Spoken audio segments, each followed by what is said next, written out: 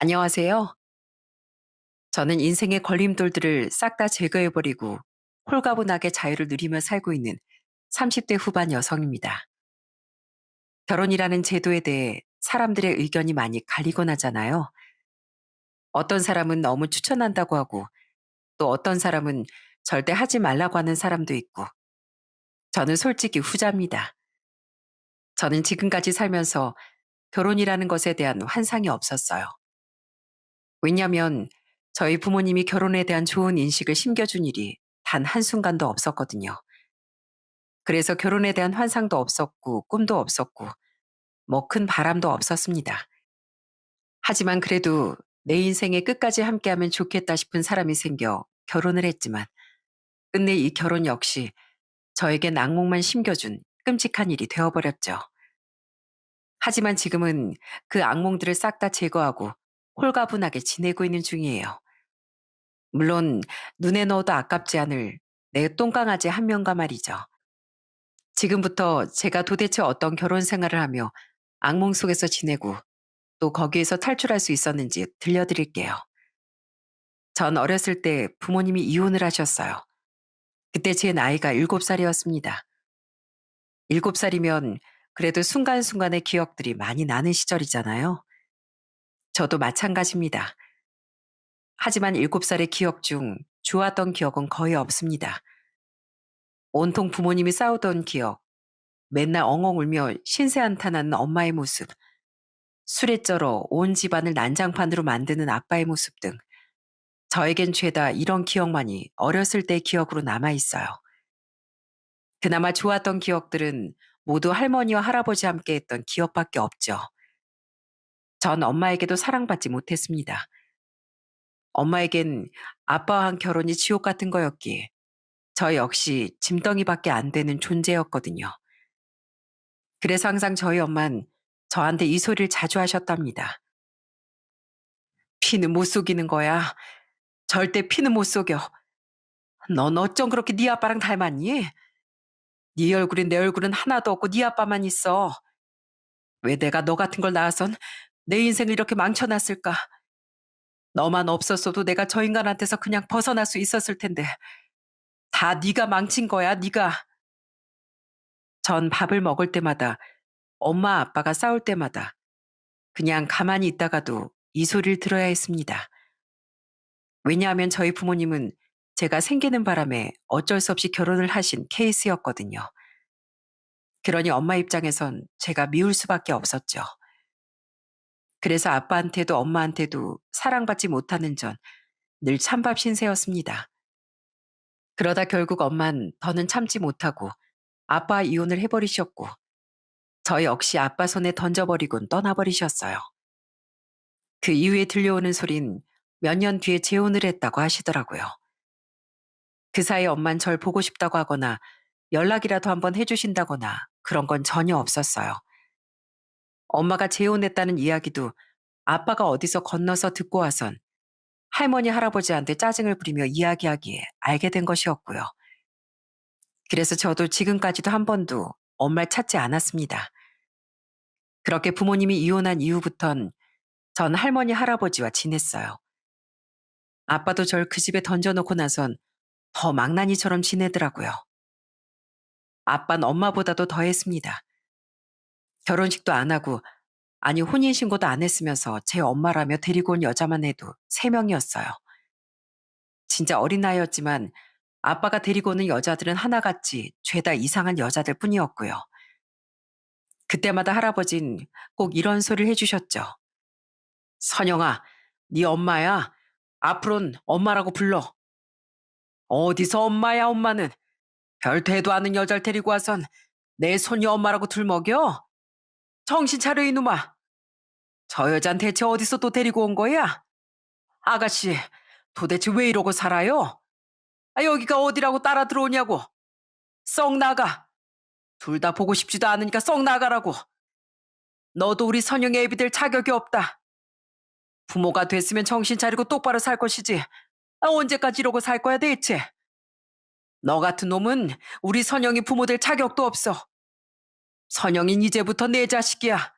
그러니까 너 당장 나가. 이러면서 할아버진 아빠와 아빠가 데리고 온 여자를 쫓아내곤 하셨어요. 전 그것만 여러 번 보면서 지냈고요. 거기다가 마지막에 데리고 왔던 여잔 그나마 괜찮아서 정신 차리고 잘 사나 싶었는데 역시나 다 거짓이더군요. 그 모습을 잠깐 보여주고 할아버지를 속인 뒤 이젠 정신 차리고 가게를 내서 좀 인간답게 살아보겠다며 이야기를 하면서 2천만 원을 가지고 간 적이 있었어요. 근데 그걸 갚기로 해놓곤 갚지도 않고 홀랑 잠적해버리더라고요. 그러던 아빠라는 인간도 평생 속을 썩이더니 몇 해 뒤에 술 마시고 돌아다니다 밖에서 돌아가시고 말았죠. 그때 전 슬픈 게 하나도 없었습니다.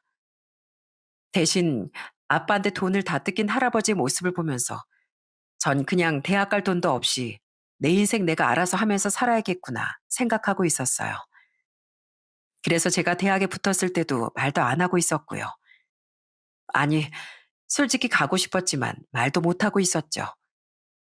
근데 할아버지가 부르시더니 물어보시더라고요. 대학 넣은 건 알았기 때문에 붙었는지 안 붙었는지를요. 그래서 전 이렇게 말씀드렸어요. 할아버지, 나 대학 붙긴 했는데 그냥 안 갈까 봐. 우리 형편에 무슨 대학이야.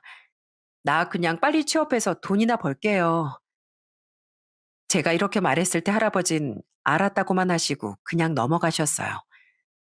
그래서 대학은 포기해야 하나 보다 하고 있었죠. 그러다 며칠 뒤 갑자기 할아버지가 절 밖에 데리고 가더니 백화점에 가시더라고요. 그러면서 여성복이 보이는 매장에 들어가선 저한테 제일 잘 어울리는 옷 골라달라고 해서 옷을 사주셨답니다. 그걸로 끝이 아니라 할아버진 제 구두에 가방까지 모두 새로 사주셨고 그때 백화점에서 쓴 돈만 해도 100만 원이었습니다. 마지막엔 할머니랑 같이 맛있는 음식을 먹으며 외식을 하는데 그때 할아버지가 말씀하시더군요. 예, 너 왜 우리 눈치를 보니? 너 왜 대학 붙었다고 신이 나서 얘기를 못해? 너 등록금 때문에 눈치 보여서 그러지? 뭐, 취업? 앞길이 얼마나 창창한데 왜 넌 가고 싶은 대학도 안 가고 취업부터 하려고 그래? 그러지 마라. 이 할아비 능력 있어. 나 구두 닦게 하면서 마냥 사람들 구두만 닦은 거 아니야. 비록 내 아들놈 자식 농사는 잘 못 시켰지만 아들놈한테 날린 돈이야. 그냥 그건 내 팔자인 거고. 아, 내 팔자 때문에 네가 눈치 볼 거 없다. 네 팔자까지 궁상 맞으란 법 없어. 내가 너 대학 보낼 돈, 시집 보낼 돈은 충분히 있으니까 이제부터 마음껏 어깨 펴고 살아. 그리고 당당하게 지내라. 알았지? 할아버지의 말에 눈물을 펑펑 쏟으며 전 감사하다고 말했습니다. 그 뒤부턴 할아버지 할머니한테 정말 잘했어요. 그렇게 할아버지 덕분에 대학도 잘 가면서 전 취업도 잘했습니다. 취업하고 나선 결혼까지 잘했고요. 남편은 정말 좋은 사람이었어요. 물론 연애 때까지만요. 남편은 소개팅을 통해 만났는데 부끄러움이 많은 사람이더라고요. 숫기가 없고 그냥 차분한 사람이었습니다. 근데 점점 시간이 지나면서 보니까 남편은 숫기는 없는데 되게 재밌는 사람이더군요. 그것도 저 한정으로요. 남편은 소극적이고 소심한 사람이라 다른 사람들 앞에선 그냥 조용한 사람이었습니다. 저는 그 차분함이 좋아서 만나게 됐는데 알고 보니까 남편은 자기 사람 앞에선 장난기도 많고 활발한 모습도 많이 보여주는 그런 사람이더라고요. 저는 그게 또 좋았습니다. 제가 남편에게 특별한 사람이 된 것 같았거든요. 또 취향이나 여러 가지 면에서 잘 맞는 게 많아 저희 둘은 연애를 하면서부터 친구처럼 잘 지냈습니다. 전 엄마 아빠처럼 치고받고 싸우는 결혼을 절대로 하고 싶지 않았기 때문에 그냥 무던하게 편안한 연애, 편안한 결혼 생활을 원하고 있었어요. 그런데 이 사람이라면 그렇게 살 수 있을 것 같았죠. 그래서 결혼까지 했습니다. 제가 결혼할 땐 할아버지가 1억을 대뜸 주셨어요. 남편 쪽에 돈이 많지 않았거든요. 그래서 그걸로 남편이 좀 가지고 온 돈 대출까지 보태서 집을 구해 결혼을 했습니다. 이후에 결혼하고 나서 4년째까진 진짜 좋았어요. 우리 엄마 아빤 이 좋은 결혼 생활을 왜 그렇게 힘들게 했을까 하는 생각이 들 정도로 남편과 전 재미있는 신혼생활에 아이를 낳아 키우는 그 모든 과정까지 어느 것 하나 후회되거나 흠잡을 만한 것 없이 잘 지냈죠. 단지 흠이 있다면 바로 시모와 시누이였습니다. 남편은 아버지 없이 시모 손에서 자랐는데 이 두 사람이 진짜 제 결혼 생활에 가장 큰 걸림돌들이었어요. 한 번은 시모가 본인이 아는 방판 화장품을 팔 사람이 없다며 저한테 지인을 한 명만 소개해달라고 하더라고요. 그래도 그거 하면서 두 자녀를 키울 만큼 열심히 하신 분이었기 때문에 전 안쓰러운 마음에 제 지인 한 명을 소개해줬고요. 근데 어느 날 그 지인이 절 사기죄로 고소해버린다는 게 아니겠어요? 알고 봤더니 그 지인한테 300만 원이 넘는 화장품을 시키게 한 후에 자기가 가지고 있는 화장품들이 있으니까 그걸로 주겠다고 한 거였는데 그 화장품이 다 유통기한이 지났거나 박스가 다 뜯어져 상품으로서 팔 수가 없는 것들이었어요. 그러니 지인은 당연히 화가 날 만도 했죠. 그래서 그걸 받곤 고소해버린다고 난리를 쳐버린 거예요. 저까지 말입니다. 거기에 저도 화가 나더군요.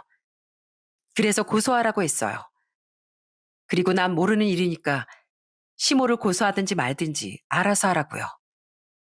내가 다 죗값을 받게 해준다고요. 그러니 그제서야 지인이 전 관련이 없는 줄 알고 시모한테만 난리를 치더라고요. 시모는 저한테 와서 그 사람이 진짜로 신고라니까 저한테 울고불고 아주 난리를 쳤습니다. 예, 네가 좀 알려봐라. 나 진짜 이러다가 잡혀가면 어떡하니? 벌써 날 고소도 했댄다. 그러니까 왜 그런 사기를 치세요? 저는 더 이상 쉴드 못 쳐드려요. 어떻게든 용서받고 싶으시면 그 받은 돈 싹 다 가지고 가서 돌려주세요. 당장요. 그제서야 시모는 받은 돈을 다 가져다 줬더라고요. 그 뒤로는 제가 또 가서 미안하다고 했더니 그제야 지인이 시모를 용서해 주더라고요. 정말이지 그때 너무나 시모가 얄미웠습니다. 그래도 이때도 남편도 제 편에서 같이 힘을 써줬기에 시모만큼은 참았어요. 근데 이번엔 신우이가 또 문제였습니다. 신우는 뻑하면 절 고아 취급하면서 무시하기 일쑤였어요. 그게 정말 너무 싫더라고요. 한때는 같이 집에서 지낸 적도 있었는데 절 식모처럼 대하고 제 물건을 함부로 쓰게 못하게 했죠. 그랬더니 신우이가 이러더라고요. 아니 언니, 왜 그렇게 속이 좁아요? 할아버지 할머니랑 살면 그렇게 속이 좁아지나? 왜 그런 거 있잖아요. 어르신들 속 좁고 고약한 거. 그걸 언니가 딱 닮았네. 뭐라고요? 아가씨, 그럼 아가신 제대로 된 부모도 있으면서 이런 경우 없는 짓 하지 말란 소리 못 들었어요? 내 옷 말도 없이 입고 가거나 지금 그 개념 없는 말도 다 어머니께 배우셨어요? 그럼 교육 잘못 받으셨네요. 전 적어도 저희 할머니 할아버지한텐 양심껏 살아라. 남의 물건 절대로 함부로 탐내지 말아라. 함부로 남 무시하지 말아라. 이렇게 배웠거든요. 어디 다시 한 번 더 일해봐요. 내 집에서 쫓겨나는 수가 있어요. 제가 이렇게 세게 말하니 그제서야 깨갱하며 조용해졌죠.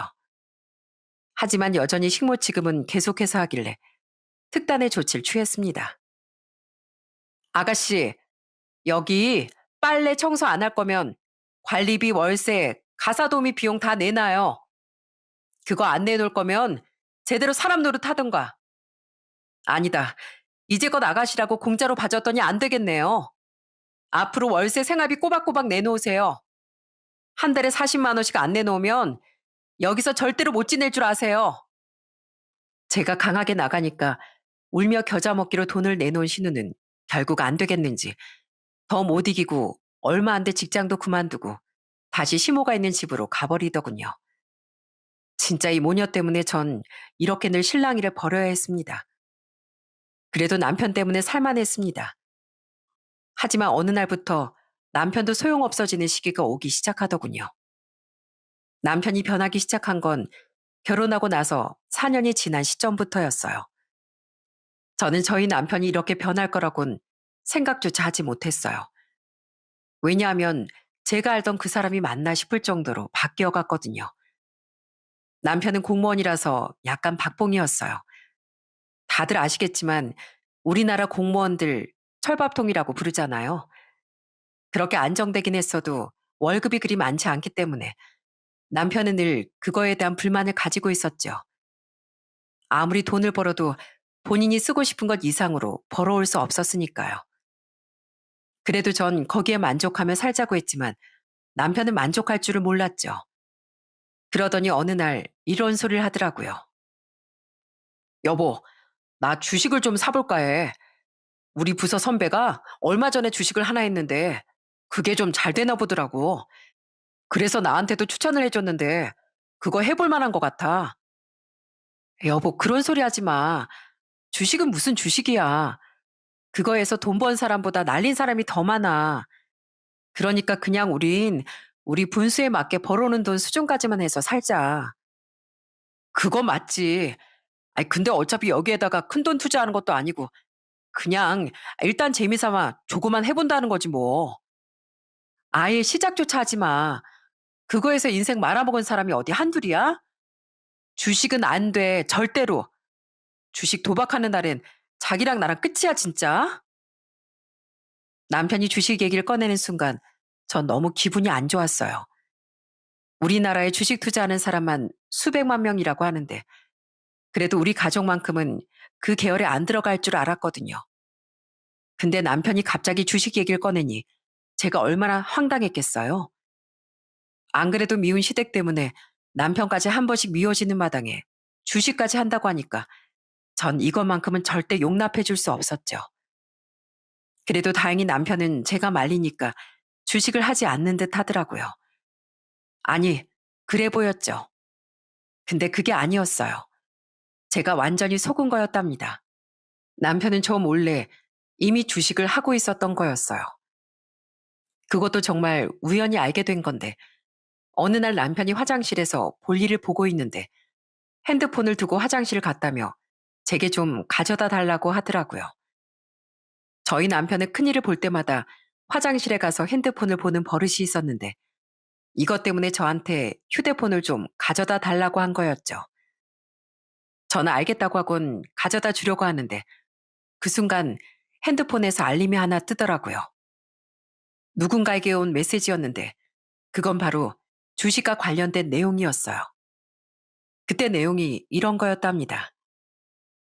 성민아, 이번에 투자한 것 좀 괜찮은데? 이거 오를 때 바로 빼면 안 된다. 좀 기다려 봐야 하는 거 알지? 대박이야. 이대로만 가면 우리 대박 터지는 거야. 라는 내용이었죠. 전 진짜 이걸 본 순간 바로 주식이 떠올랐어요. 누가 봐도 주식 얘기잖아요.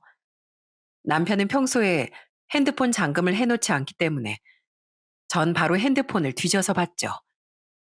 근데 아니나 다를까 주식과 관련된 어플에 각종 SNS 대화에 별의별 게 다 있더라고요. 전 그 길로 가서 남편이 화장실에서 볼일을 보고 있든 말든 들이닥쳐서 핸드폰을 들이밀었습니다. 당신 이거 뭐야? 이게 다 뭐냐고? 당신 주식했어? 내가 하지 말랬잖아. 주식 위험한 거라고. 그거에서 말아먹은 사람이 어디 한둘이냐고 진짜. 여보 진정해. 아니 그거 별거 아니야. 나 진짜 조금 넣었어. 진짜 내용 또 모아서 조그만 투자해 본 거라고. 거기다가 지금 나 손해 본 것도 없어. 지금 내가 넣어 놓은 게 대박 쳐서 이대로만 가면 우리 좋은 집으로 이사도 갈 수 있어. 뭐? 이 사람이 아직도 정신을 못 차리고. 당신 진짜 왜 이래? 내가 그런 거 하지 말라고 했지? 당장 빼. 안 그럼 나 당신 진짜 가만 안 둬. 저는 남편에게 으름장을 놓았습니다. 하지만 이게 남편에게 전혀 통하지 않았어요. 그동안엔 제가 하는 말이면 다 들어주고 했던 남편이 주식에, 아니 돈에 미치니까 진짜 제가 눈에 들어오지도 않는 모양이더라고요. 그 이후에도 전 계속해서 주식을 하지 말라고 했지만 남편은 이때부턴 아예 저한테 걸린 거 될 대로 되라는 식이었는지 대놓고 주식을 하기 시작하더군요. 뻑하면 집에서 주식 방송 보고 핸드폰으로도 맨날 주식 관련 자료들만 찾아보면서 그렇게 밤낮 없이 미쳐선 주식을 하고 있었죠. 진짜 너무 화가 나고 꼴도 보기 싫었어요. 그래도 제가 그 주식하는 인간과 헤어지지 않았던 이유는 우리 가족에게 피해는 따로 주지 않았기 때문이었어요. 남편은 주식을 하면서도 여전히 집에 생활비를 주고 있었고 자기가 모은 돈 안에서만 그냥 하는 듯 했기 때문에 저는 그 이상만 가지 않으면 봐주자 싶어 그대로 놔뒀죠. 하지만 그것도 힘들긴 하더라고요. 솔직히 말해 남편이 주식을 시작한 이후론 집안을 제대로 돌보질 않았거든요. 남편이 주식에 미치기 전까진 그래도 집에 오면 같이 밥도 하고 청소도 하고 애도 돌보면서 정말 가족처럼 지냈었는데 주식을 시작한 이후론 맨날 TV와 핸드폰만 보고 있었기 때문에 그 모든 건 다 제 몫이었죠. 몇 번을 부부싸움을 하고 하소연도 하고 달래도 봤지만 잠깐만 바뀔 뿐 다시 예전처럼 돌아가지가 않더라고요. 그 생활만 꼬박 1년을 했습니다. 1년 동안 전 정말 많이 참았어요. 그리고 그게 한계에 다다랐을 때쯤 저에게 큰일이 생기고 말았죠. 그건 바로 저희 할아버지가 쓰러진 사건이었어요. 원래도 연세가 있으셨지만 갑자기 쓰러지시면서 건강이 완전히 안 좋아지셨어요. 결국엔 집에선 돌봐드릴 수가 없어 할아버지를 호스피스 병원에 모셔야 했습니다. 전 제가 모시고 싶었는데 집에선 사실 해드릴 수 있는 게 없다 보니 어쩔 수 없이 병원에 모셔야 하는 상황에서 전 매일 할아버지를 찾아가면서 그렇게 돌봐드렸답니다. 근데 너무 위독하다 보니까 말 그대로 돌아가실 날만 기다리면서 매일같이 할아버지와 작별 인사를 하는 기분으로 그 시간을 보내야 했어요. 그 와중에 남편이란 인간은 여전히 주식에만 미쳐있지. 진짜 제가 너무나 힘들었습니다. 너무너무 남편이 미웠어요. 게다가 할아버지가 그 병원에 3개월을 계셨는데 그 인간은 딱 그 3달 동안 딱 2번만 왔을 뿐이었죠. 와서도 얼굴만 비추고 인사만 하고선 바로 돌아가서 핸드폰만 들여다보던 인간이었습니다. 게다가 제가 할아버지 간호를 하고 있으면 집에 있는 인간이 늘 이렇게 전화를 하곤 했었어요. 여보, 우리도 좀 돌봐. 아, 나 배고파. 빨리 와서 밥 좀 해. 그리고 나 애 보는 거 너무 힘들어. 나도 퇴근하고 내 생활이라는 게 있는데 나 언제까지 일해야 되는 거야? 당신 할아버지도 좋지만 우리부터 좀 챙겨. 뭐? 넌 손이 없어 발이 없어? 네가 좀 알아서 챙겨 먹어. 그리고 그 애가 뭐 내 애야? 나 혼자 낳았냐고. 네 자식이기도 하잖아. 주식에 미쳐가지고 이젠 사리분별도 안 돼? 내가 지금 밖에서 놀고 있는 게 아니고 어디서 밤 내놔라 전화질이야? 내가 갈 때 되면 알아서 갈 거니까 알아서 밥 좀 챙겨 먹고 있어. 저는 진짜 속에서 열불이 나 살 수가 없었어요. 내가 어쩌다 이런 결혼 생활을 하고 있는 건지 진짜 이해가 되지 않았어요. 당장이라도 이혼을 하고 싶었지만 이땐 할아버지한테 제 온 시간과 마음을 다 쏟고 있었기 때문에 이혼까지 진행할 힘은 남아있지 않았습니다. 그래서 우선은 이혼을 보류할 수밖에 없었고요. 그렇게 3달의 시간 동안 전 할아버지를 매일같이 보면서 너무 힘든 시간을 보내야 했어요. 나에게 있는 유일한 가족인데 마지막 남은 할아버지, 또 날 유일하게 아무 조건 없이 사랑해줬던 이분을 떠나보내는 게 쉽지가 않더라고요. 그래서 제가 더 붙잡고 있었는지도 모르겠네요. 근데 어느 날 할아버지가 돌아가시기 며칠 전 저에게 이런 말씀을 하시던 거 있죠? 선영아, 요즘 이 할애비 때문에 많이 힘들지? 이 할애비가 오래오래 살아서 우리 선영이 봐줘야 하는데 이렇게 늙고 힘이 없어서 널 오히려 더 힘들게 하고 있구나. 미안하다 우리 손녀. 할아버지 그런 말씀 마세요. 이건 제가 당연히 해야 하는 일인 거지. 난 그냥 할아버지가 다 나아서 나랑 같이 손잡고 이 병원에서 나갔으면 좋겠어요. 할아버지, 나 솔직히 너무 무서워. 이제 할아버지 없으면 나 이 세상 어떻게 살아가라고. 할아버지마저 없으면 이제 나 정말 고아인데 저 무서워요. 선영아, 그런 소리 말어. 네가 왜 고아야? 너 절대 고아 아니야.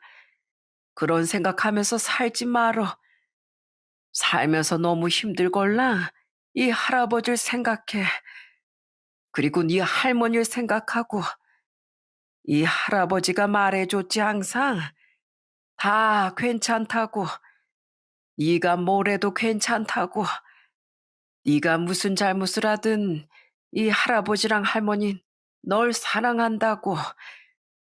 그러니까 너무 힘들고 어렵거든. 이걸 생각해라.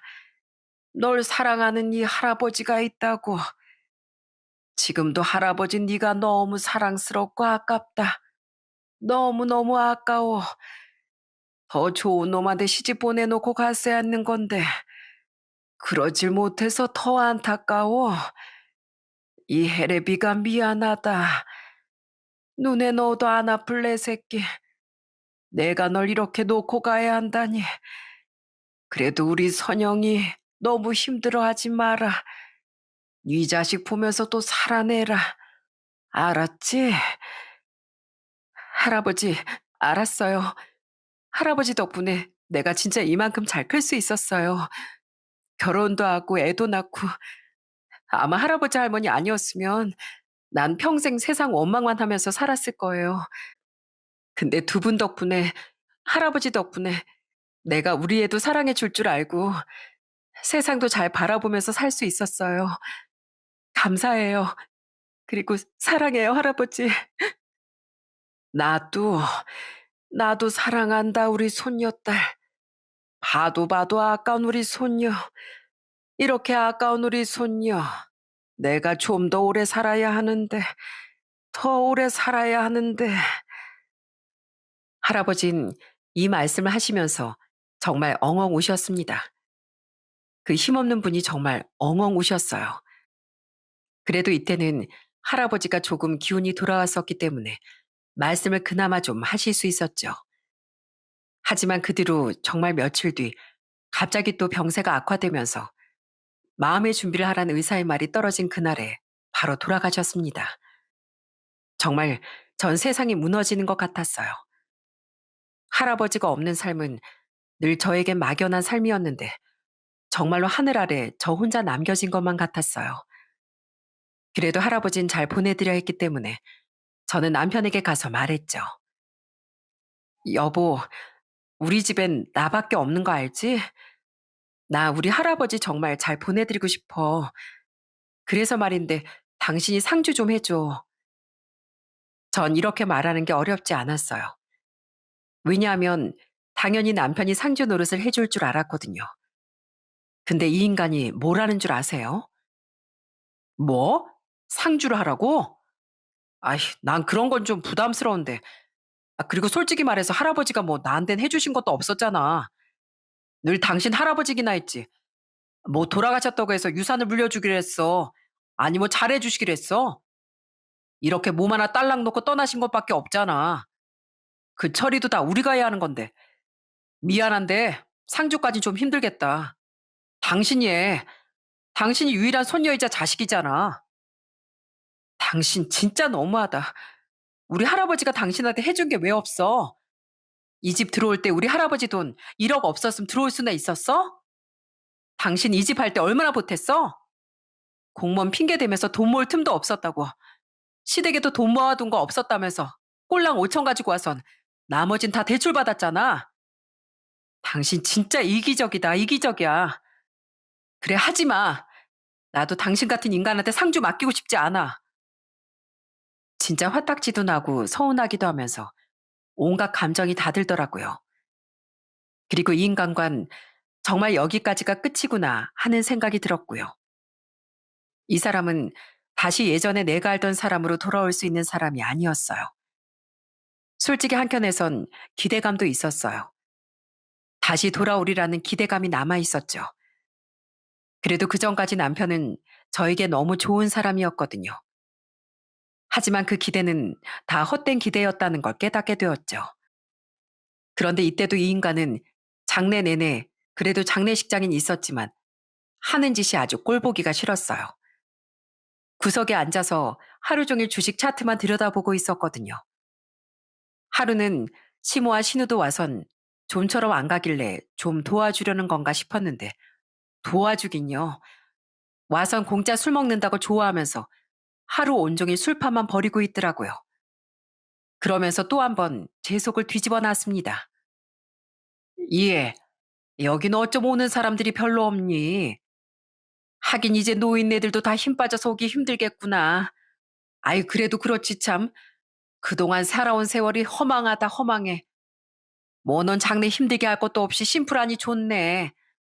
됐고, 우리라도 여기 좀 있어 줄 테니까 술 좀 더 가져와 봐라. 어머님, 안 계셔도 돼요. 그리고 술이 필요하시면 여기 놀고 있는 아가씨가 가지고 오시면 되겠네요. 전 그래도 계속 조문객들 받고 있어서요. 펑펑 놀고 있는 어머님 아들이나 딸 시키세요. 그리고 여기 안 있어 주셔도 되니까 볼일 마치셨으면 댁으로 귀가하셔도 되고요. 저는 너무 화가 나고 또 이미 이혼할 생각을 굳혔기 때문에 그냥 막 말을 해버렸습니다. 그렇게 저 혼자만 슬픈 장례 치르고 나선 저는 내 인생을 이렇게 비참하고 우울하게 만든 이 인간들에게 복수를 해주고 싶었어요. 그래서 제가 해줄 수 있는 최고의 복수 방법을 구상해 나가기 시작했죠. 그리고 전 그걸 완벽하게 계획해 실현시킬 수 있었답니다. 전 곧바로 이혼을 하지 않았어요. 왜냐고요? 제대로 물먹여주고 싶었거든요. 이 복수를 실현시키기 위해 전 바로 직장을 그만뒀답니다. 그리고 남편 놈한테 통보했어요. 나 직장 그만뒀어. 그렇게 알고 이제 당신 월급으로 우리 먹고 살아야 하니까 밖에서 돈 열심히 벌어와. 주식 같은 거로 돈 날릴 생각하지 말고. 뭐? 아니 갑자기 직장을 그만두다니. 나한테 말 한마디 없이 뭐 하는 짓이야. 내 월급 박복인 거 알면서 내 월급 하나로 우리 세 식구 뭐 먹고 살라고. 뭐 먹고 살긴 당신이 가장이잖아. 왜? 상주 노릇도 하기 싫었는데 이젠 가장 노릇도 하기 싫니? 나 애 낳고 육아휴직도 제대로 못 썼어. 당신이 하도 돈 없다고 징징거려서 나 몸조리도 제대로 못하고 일했다고. 그래서 이젠 나 좀 쉴 거야. 그러니까 그렇게 알고 당신은 열심히 밖에서 돈 벌어. 남편이 바득바득 화를 내며 다시 직장으로 돌아가라고 했지만 전 극구 싫다고 했습니다. 그리고 그 뒤부턴 탱자탱자 놀면서 여기저기 여행 다니기 시작했어요.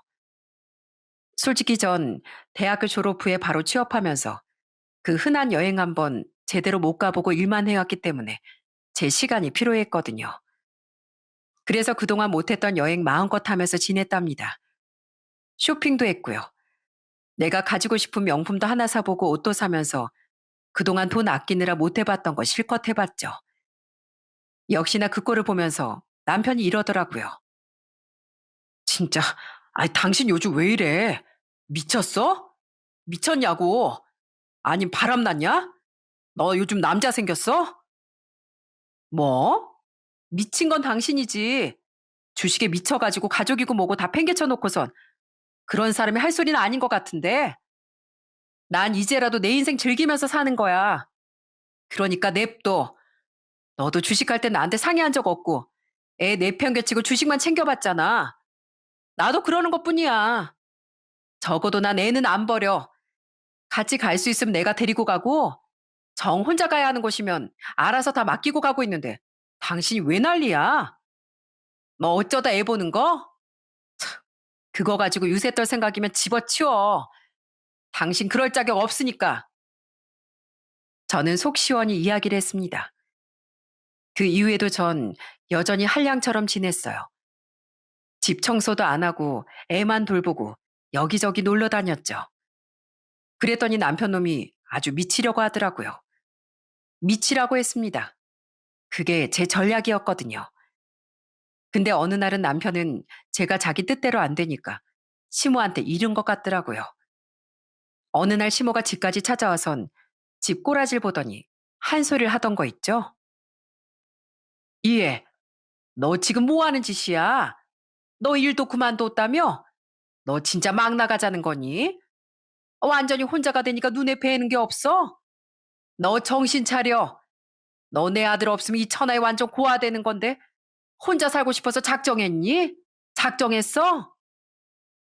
제가 언제 어머님한테 고아가 아닌 적이 있었나요? 저 원래 고아였잖아요. 어머님은 항상 절 고아로 보셨고요. 근데 저희 할아버지 돌아가시고 어머님 아들이랑 헤어진다고 해서 제 상황이 달라질 게 뭐 있나요? 똑같죠? 아니, 오히려 저한테 저 인간이 짐덩이에요. 저한테 낙문과도 같은 존재라고요. 있어봤자 하등 쓸모없는 거머리 같은 놈. 뭐야? 아, 너 말 다 했어? 말 다 했냐고 지금.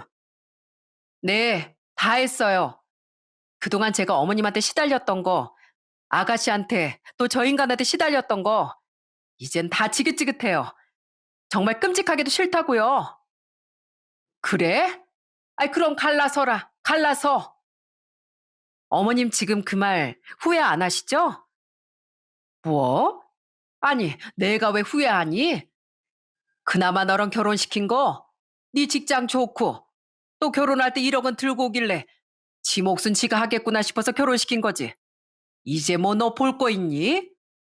천하의 고아에다가 지금 너 돈도 탱자탱자 놀면서 다 쓰고 있지? 그런 애한테 무슨 돈이 있겠어? 아유, 갈라서라 당장. 우리도 너 같은 앤 짐밖에 안 돼. 내 아들 너랑 갈라서고 새 살림 차려도 충분히 차린다고. 저는 아무것도 모르고 바락바락 화를 내며 갈라서러 가는 이 시모를 보면서 진짜 너무 웃겨 하마터면 그 자리에서 빵 터질 뻔했네요. 하지만 전 꾹 참았어요. 꾹 참고 이렇게 말했죠. 그래요? 좋아요. 그럼 저 당장 저 인간이랑 갈라설게요. 저는 그때부터 본격적으로 이혼 준비를 시작했습니다. 남편도 제가 이혼하자는 소리에 바로 이혼을 하자고 하더라고요. 전 여기에서 쾌재를 불렀답니다. 사실 제가 장래 이후에 바로 이혼을 진행할 수도 있었지만 바로 진행하지 않았던 이유가 따로 있었어요. 아니, 못했던 이유가 있었죠. 그 이유는 바로 제가 이혼을 해달라고 해서 호락호락하게 이혼을 해줄 인간이 아니었기 때문이었어요. 제가 계속해서 말씀드렸다시피 남편은 자기 월급에 항상 불만이 많은 사람이었거든요. 하지만 안정적인 공무원을 포기하지 못해서 적은 월급으로 힘들어하면서도 그 길을 벗어나지 못하던 사람이었고요. 그나마 제가 직장이 좀 괜찮은 편이고 연봉도 잘 받았기 때문에 제가 직장을 그만둔다거나 저랑 헤어진다는 거나 하는 걸 생각해 보지도 않았던 사람이었어요. 그러니까 지금 생각해 보면 남편은 저보다도 제 조건과 자신을 박봉에서 벗어나게 해줄 사람을 붙잡고 살았던 거라고 볼 수 있겠죠. 저는 결혼 생활하면서 그걸 너무 늦게 깨달아 버린 거였고요. 그래서 남편이 본인의 그 박봉의 환경에서 벗어나게 해줄 주식을 만나면서 저와 아이를 그렇게 내팽개쳤던 거였어요. 저는 그 사실을 너무 뒤늦게 깨달아 버린 게 후회스러웠지만 그래도 이렇게 더 늦기 전에라도 알게 돼 다행이라는 생각이 들었답니다. 업종상 보너스도 많았던 전 육아휴직을 하면 보너스도 못 받게 되어서 은근히 휴직을 하지 말라는 남편에 의해 몸도 제대로 조리하지 못했었기 때문에 그때 해소하지 못했던 걸 이번에 다 쏟아부은 거였어요. 그러면서 자연스럽게 저의 한량의 모습을 보면서 남편이 스스로 알아서 나가 떨어지게 만든 거였죠. 이 계획이 제대로 먹히는 걸 보면서 전 속으로 너무 신이 났답니다. 덕분에 남편이랑 이혼도 아주 깔끔하게 했고요. 양육권, 양육비, 재산 분할까지 애를 책임지고 싶어 하지 않아 하고 한 달에 몇십만 원씩 돈이나 보내준다는 남편 덕분에 애를 데리고 올 수 있었고 재산 분할도 남편이 벌어온 것보다 제가 벌어온 돈, 또 저희 할아버지가 결혼 때 1억 해준 것으로 집 산 것까지 하면 제가 결혼 생활의 기여도가 더 높았기 때문에 재산 분할 면에서도 아주 만족스럽게 가지고 올 수 있었죠. 하지만 제 복수는 거기서 끝날 수가 없었어요. 돈밖에 모르는 이 인간들, 날 돈으로만 봤던 이 인간들의 쿨을 아주 납작하게 해줄 무언가가 필요했거든요. 그래서 제가 뭘 했는지 아세요? 뭐 저 같은 경우가 또 있는지 모르겠지만 저는 시댁을 한 곳에 불러서 마지막 외식을 해드렸습니다. 뭐 일종의 마지막 만찬 같은 거죠. 이혼이 완벽하게 마무리가 된 당일, 전 남편에게 말했어요.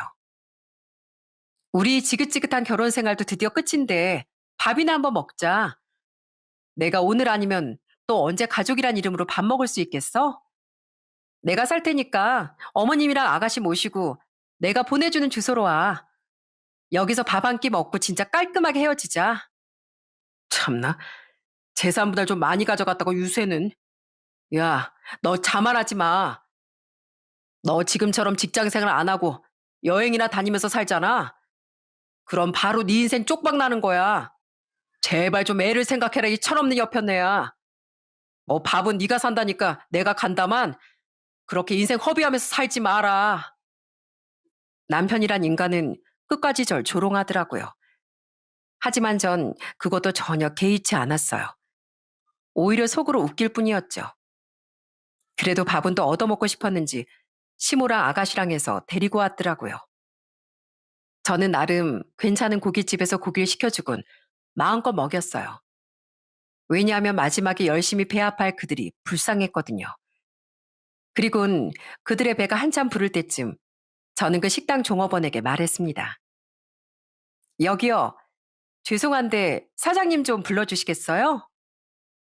네? 사장님이요? 네. 제가 사장님을 오늘 여기에서 좀 뵙기로 해서요. 아, 네, 알겠습니다. 사장님 지인분이시군요. 아, 제가 불러다 드릴게요. 이때 전 남편이나 시모, 신우는 어리둥절해 했어요. 갑자기 밥 먹다 말고 웬 식당 사장을 부르냐는 눈치였죠. 그리고 그 이유를 그들은 곧 알고 나서 제 앞에 무릎을 꿇으며 빌어대야 했습니다. 아니, 누가 부르시나 했더니 사장님이셨네요. 아휴, 오늘 뭐 미리 나오신 거예요? 아니, 뭐, 저희 식당 답사 나오신 겁니까?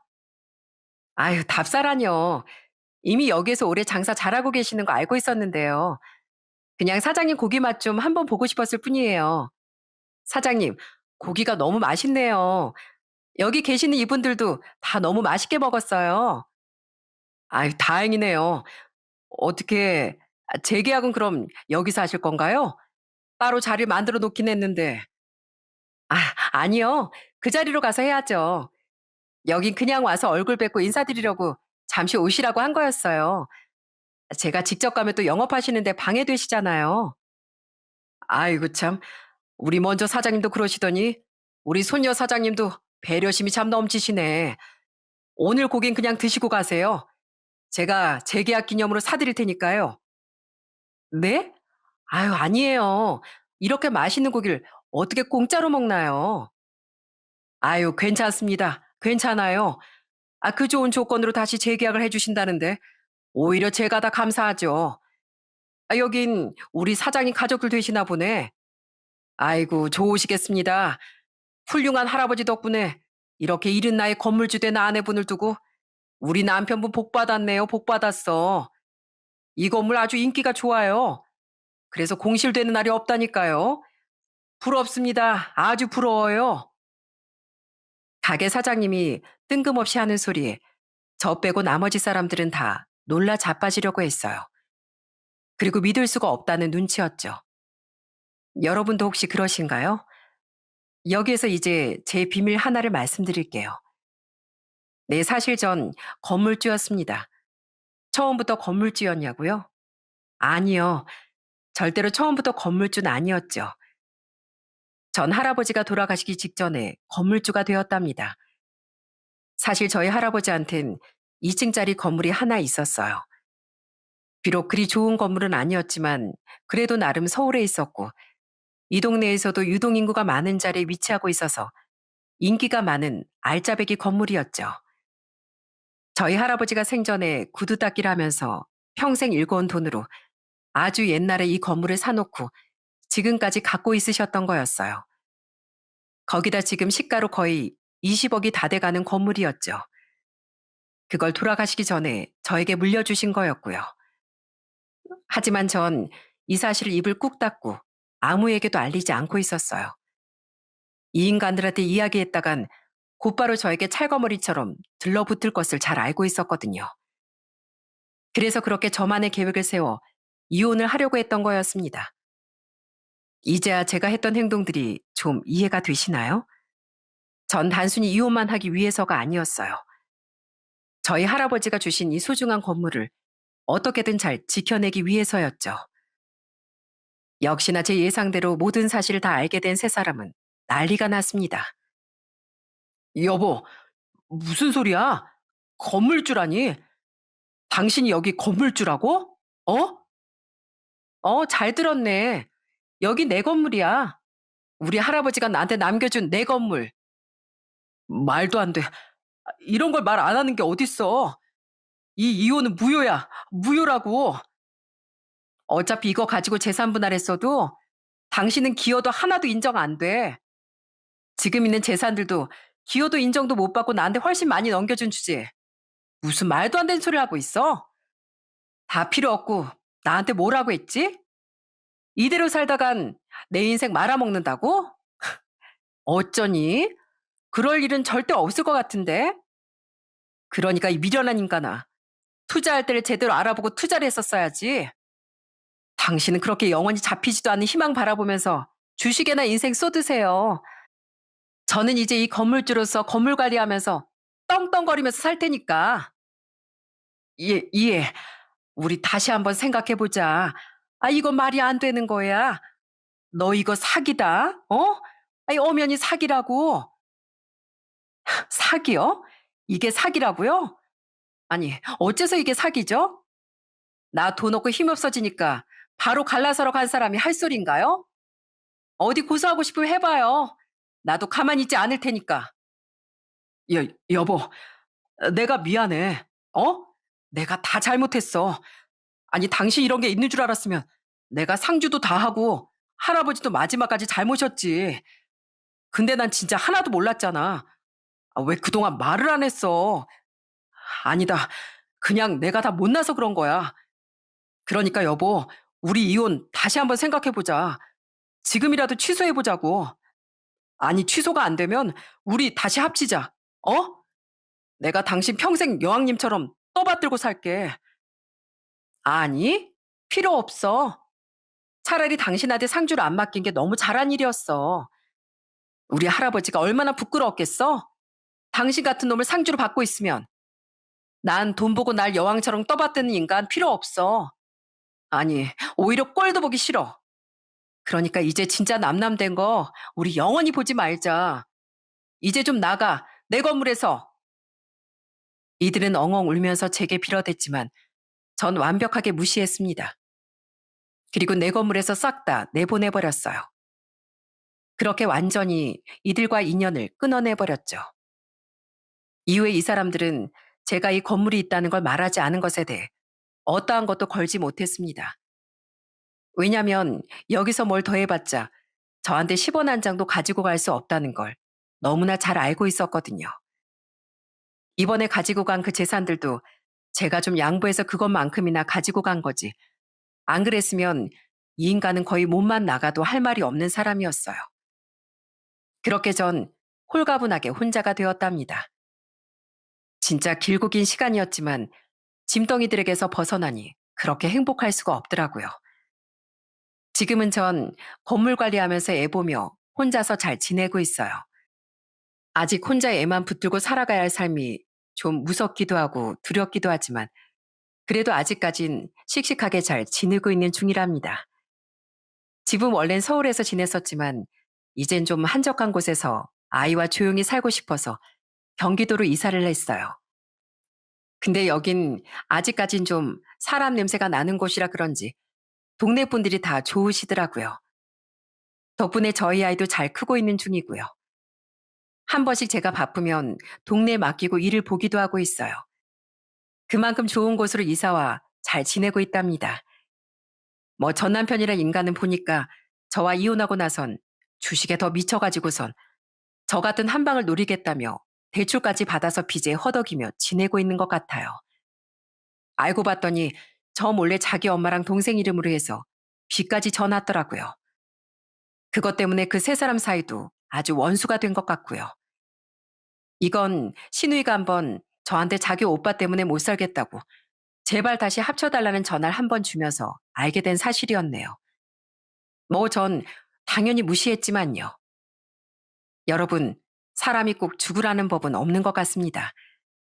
그리고 정말 허망한 것을 보고 사는 게 아니라 내 사람들한테 잘하고 살면 언제가 되었든 복 받는 날이 올 거라는 걸 저는 이번 제 경험을 통해 배울 수 있었어요. 여러분도 혹시나 지금 내 옆에 있는 사람이 볼품 없다고 별것 아닌 것 같다고 치부해버리며 지내고 계시진 않으신가요? 아니요. 그러지 말고 잘해주세요. 그럼 언젠간 그 사람이 여러분에게 희망이 되고 복이 되는 날이 올 거랍니다. 그렇게 되길 저 또한 응원하며 그렇게 살도록 하겠습니다. 저의 긴 사연 잘 들어주셔서 감사드리며 우리 서로의 인생을 잘 응원하면 좋겠습니다. 감사합니다.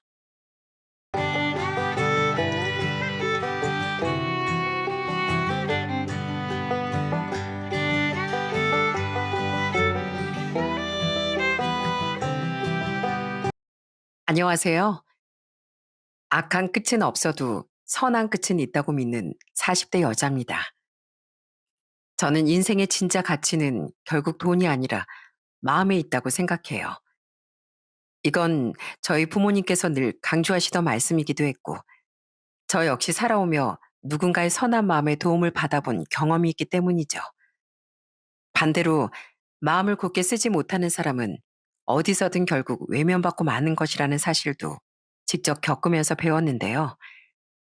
그렇게 제가 살아오며 겪었던 일들에 대해 잠시 들어보시겠어요?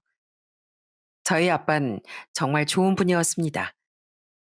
아빠는 정말 성인군자 소리를 자자하게 듣던 분이었어요. 아유, 할머니, 비 오는데 아직까지 장사하세요? 형선아, 여기 할머니 우산 좀 씌워드려 봐라. 할머니, 이거 다 저한테 파세요. 이걸 다요? 너무 많은데. 저희 네 식구 다 나무를 굉장히 좋아해서요. 안 그래도 나물 사러 나온 길이었는데 멀리 안 나가도 되고 잘 됐죠 뭐. 좌판 접는 거 도와드리고 저희 우산도 하나 드릴 테니까 얼른 집에 들어가세요. 아빤 어려운 이웃을 보면 그냥 지나치는 일이 없으셨습니다. 사람들 사이에선 이런 우스갯소리도 나오곤 했을 정도로요. 형선이네 아버지 덕에 시장 근처 좌판 할머니들 아줌마들이 비 오는 날 절대 허탕친 일 없겠어. 전 나중에 안 일인데 제가 다니던 학교에 아빠의 작은 후원을 받으며 다녔던 어려운 친구들도 두어 명 있었다고 하더라고요. 너희들 아빤 어딜 가나 손해보고 사는 사람이야. 엄만 저 오빠에게 이런 식으로 자주 투덜대셨습니다. 우리도 여유롭진 않은 살림에 누굴 그렇게 도와주냐면서요. 하지만 전 엄마도 정말 선한 분인 걸 잘 알고 있었어요. 엄만 아빠의 선행을 입으로만 불평불만하셨을 뿐 정작 한 번도 못하게 막은 적은 없으셨거든요. 오히려 도우면 도우셨죠. 오빠 전 어릴 적엔 그런 부모님에게 불만을 품었습니다. 우리 입에 들어갈 통닭이나 한 마리 더 사주시지. 왜 맨날 부모님은 남들한테 그렇게 베푸나 싶었거든요. 어린 마음이었던 거죠. 그런데 제가 10살 때쯤인가 아빠는 우리를 조용히 불러서 이런 말씀을 해주셨답니다. 우린 그래도 적당히 먹고 살만 하잖니. 아빠가 어렸을 때 말이다. 지금보다 세상 살기가 훨씬 팍팍했어. 그런데 너희들 할머니가 예전에 많이 편찮으셨을 때 마을 어른들이 십시일반 돈을 모아서 그 비싼 병원비를 빌려주셨단다. 그리고 너희들 할머니가 투병하는 내내 어른들은 돌아가면서 아빠랑 고모들 끼니를 챙겨주셨고 자신들도 쌀 한 톨이 아까운 시대였는데 말이야. 게다가 그런 형편의 아빠가 고등학교를 졸업할 수 있었던 것도 이름 모를 한 유지분의 후원 덕분이었단다. 정말요? 엄청 고마우셨겠다. 암, 역시 우리 민석이 형선이 착하구나. 사람들 도움을 당연하게 여기지 않고 고마워할 줄도 알고. 아빤 우리 민석이 형선인 아빠처럼 힘들게 자라지 않아서 얼마나 다행인지 몰라. 그리고 그게 다행스럽고 감사한 일이라는 걸 안다면 그 마음으로 다른 사람에게 조금이라도 따뜻함을 나눠줘야 하는 거란다. 그럼 또 그 사람들이 나중에 어려운 누군가를 도와주지 않겠어? 어렸을 때라 선한 영향력이니 하는 생각까진 하지 못했습니다. 하지만 제가 어린 시절에 아빠가 되었다고 생각해 보니 너무 감사할 것 같겠더라고요. 그때부터 오빠도 저도 부모님의 선행에 불만을 가지지 않고 나눔에 대한 아름다움을 깨달으며 자랐던 것 같아요. 시간이 흘러 오빠 저 모두 직장인이 되었습니다. 오빠가 참하고 다정한 새언니와 결혼한 지 2년 뒤, 저도 30대 중반의 나이로 1살 연상의 남편과 결혼을 했고요. 남편은 제가 일하던 회사에 경력직으로 이직했던 직장 동료였는데요. 책임감 있고 성실한 모습이 참 좋아 보였습니다. 남편에겐 4살, 6살 연하의 남동생과 여동생이 있었어요.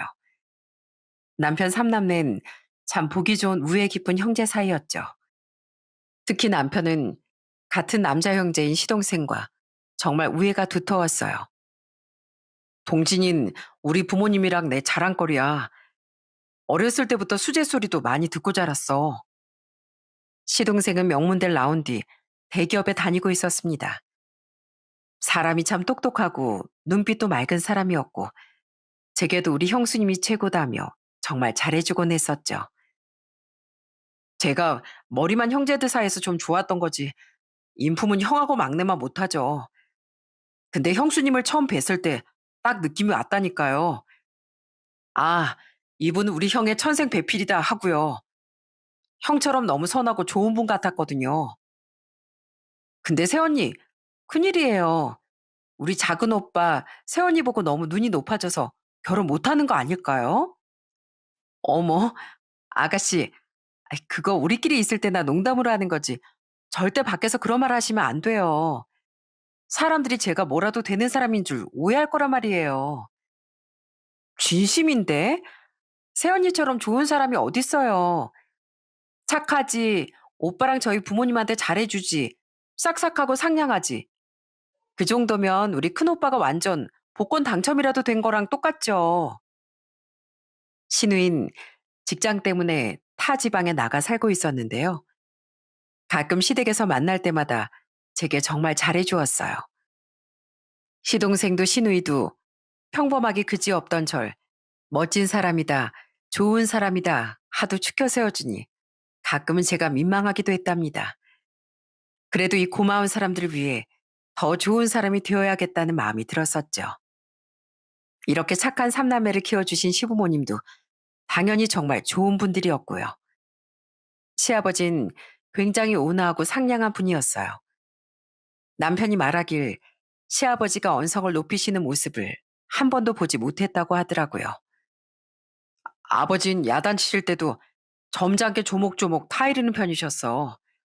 오히려 우리가 좀 무서워했던 분은 어머니였지. 우리 어머니 잘한 건 잘했다고 칭찬해 주시지만 잘못한 것도 확실하게 꼬집고 엄하게 꾸짖는 분이시거든. 그래? 난 어머님이 맨날 잘해주시는 모습만 봐서 상상이 잘 안 되네. 그거야. 당신이 워낙 나무랄 데 없는 사람이니까 그렇지. 알지? 우리 어머니 당신 엄청 좋아하시는 거. 그래도 한 번 잘못하면 정말 우리 눈물을 쏙 빼놓으셨다니까? 시아버지보단 시어머니께서 더 엄격해 보이는 모습을 보긴 했었는데요. 어차피 제가 뭘 잘못하는 것도 아니고 잘못을 했으면 혼나는 게 마땅한 일이니 딱히 전 시어머니가 어렵게 느껴지진 않았습니다. 좀 겪어보니 친정엄마랑 성격이 비슷하신 것도 같아 나중엔 더 편하게 느껴지기도 했죠. 그래서 전 정말 시어머니와 사이가 좋았어요. 친정 식구들과 아주 잘 지냈던 남편이 가끔은 장난삼아 저희 부모님께 이렇게 하소연할 정도로 말입니다. 장인어른 장모님, 저도 이 집 사위 말고 아들로 삼아주세요. 저희 어머니는 제가 아니라 가끔은 집사람이 진짜 자식인 것처럼 저보다 집사람을 더 예뻐하신단 말이에요. 그랬어? 아유, 알겠어. 오늘부터 자넨 우리 사이가 아니고 아들일세. 자신들의 딸을 자식처럼 예뻐해 준다는데 친정 부모님의 눈에 남편이 얼마나 예쁘셨겠어요? 그렇게 양과 화목하게 지내며 저와 남편은 아들을 둘 낳고 행복하게 살았어요. 그런데 시간이 조금 흐르며 생긴 문제는 제가 재취업이 쉽게 되지 않았다는 거였죠. 저는 대체 인력 문제로 회사에서 휴직을 하지 못하고 아이들을 낳으며 퇴사를 할 수밖에 없었습니다. 그래서 남편 외벌이로 2살 터울의 아들을 낳고 살고 있었는데 생활이 너무 빠듯하더라고요. 남편 벌이가 그렇게 많은 것도 아니었으니까요. 제가 아이들을 어린이집에 보낸 뒤 틈틈이 아르바이트를 했다고 한들 아이들이 클수록 제대로 된 직장이 필요함을 뼈저리게 느끼고 있었어요. 너희 요즘 사는 건 괜찮어? 외벌이로 애 둘이나 키우기 어렵지 않아? 괜찮아요. 잘 쪼개서 아끼면 문제 없어요. 양가 부모님은 우릴 걱정하셨지만 네 분 앞에선 힘들다는 말을 하지 않았습니다. 양가 모두 노후 자금을 빼면 그렇게 여유가 있는 편이 아님을 알고 있었으니까요. 그래도 우리가 힘들다고 하면 도와주고 싶어 하실 분들이라는 걸 잘 알았기에 더 괜찮은 척을 했던 거죠. 그러던 어느 날 남편이 조심스레 제게 이런 제안을 하더라고요. 여보, 나 회사 퇴직하고 같이 고깃집 차려보는 거 어때? 나 아는 형님도 지금 회사 그만두고 고깃집을 크게 하고 있는데 생각보다 벌이가 괜찮대. 대한민국 사람들 중에 고기 싫어하는 사람 없잖아. 고깃집? 그런데 갑자기 퇴사라니. 왜 회사가 더 많이 어려워졌어? 저도 원래 몸담고 있었던 남편의 회사 사정이 점점 기울어가고 있던 걸 잘 알고 있었기에 걱정이 되더라고요. 남편은 고개를 끄덕이더군요. 어, 이대로 가다간 슬슬 월급도 밀릴 것 같은 분위기야. 그래서 다들 대표님한테 사업 확장은 힘들 것 같다고 우려했었는데 우려가 현실이 된 거지 뭐. 그러니까 더 늦기 전에 퇴직금이라도 건져서 퇴사하는 게 나을 것 같아. 그 뒤 우린 여러 시장 조사를 해본 끝에 함께 고깃집을 운영해 보기로 결심했습니다. 그렇게 우린 남편의 퇴직금에 가지고 있던 돈을 다 끌어모아 크게 고깃집을 차렸죠. 다행히도 처음엔 개업발인지 장사가 정말 잘 됐었어요. 이야, 형수님, 손님이 바글바글한데요? 이러다 건물 하나 뚝딱 세우시는 거 아니에요? 건물은 고사하고 신축 아파트라도 번듯하게 한 채 마련할 수 있으면 소원이 없겠네요. 그래도 이제 애들이 먹고 싶은 거 갖고 싶어 하는 건 웬만하면 사줄 수 있을 것 같아서 다행이에요. 몸이야 힘들었지만 통장에 차곡차곡 쌓여가는 돈을 보니 정말 일할 맛이 나더라고요. 이대로만 가면 우리 애들만은 남부럽지 않게 키울 수 있겠다 싶더라고요. 하지만 인생은 그리 순탄하게만은 흘러가지 않았습니다. 우리가 개업발이 떨어진 건지 가게 매출이 조금씩 떨어지기 시작했거든요. 그런데 우리가 가게를 차린 지 3년 뒤 어느 날 너무 크나큰 불행이 제 인생을 덮쳐버렸어요. 형선아, 아무래도 니들 아빠한테 무슨 일이 생긴 것 같다. 네? 아니, 아빠가 왜요? 아침에 등산 간다고 나갔던 양반이 여태 소식이 없어. 전화도 안 받고 우선 네 오빠가 신고는 해놨는데 혹시 무슨 큰일 생긴 건 아니겠지? 친정아빤 등산이 취미셨습니다. 그날도 아빤 혼자 등산을 다녀오겠다며 집을 나서셨대요. 그런데 밤까지 집에 돌아오지도 않고 전화도 받지 않는다며 엄만 혼비백산한 채 제게 전화를 거셨죠. 그리고 그런 아빤 결국 싸늘한 주검이 되어 가족의 곁에 돌아오셨어요. 아마 저희 아빤 혼자 등산을 하시다 뇌출혈이 오신 모양이었어요. 그런데 설상가상 아빠는 쓰러지며 길이 아닌 바로 옆에 가파른 풀숲으로 굴러 떨어지신 것 같다고 해요. 그런 아빠를 밤이 지나 구조대가 발견할 때까지 아무도 발견하지 못했던 거죠. 조금만 빨리 발견했으면 사셨을 수도 있었을 텐데 정말 억장이 얼마나 무너졌는지 모릅니다. 하늘도 정말 무심하시지. 평생 그렇게 선하게 산 양반을 어떻게 이렇게 데려갈 수가 있니? 얼마나 무섭고 외로웠을 거야 그래. 엄만 하늘을 원망하며 장례 치르는 내내 한탄을 멈추지 못하셨어요. 아빠의 장례식장은 조문을 와주신 감사한 분들로 북적였죠. 너무 슬픈 와중에도 아빠가 사람들에게 얼마나 온정을 베풀고 사신 분인지 체감이 되더라고요. 그런데 불행은 꼭 한 번에 몰려온다고 하지 않습니까? 불행은 그것으로 끝이 아니었어요. 아빠가 돌아가시고 얼마 안 돼요. 갑자기 마스크 시국이 터진 겁니다. 가뜩이나 줄어가고 있던 저희 가게 매출은 그런 재난까지 터지게 되자 정말 뚝 끊겨버리더라고요.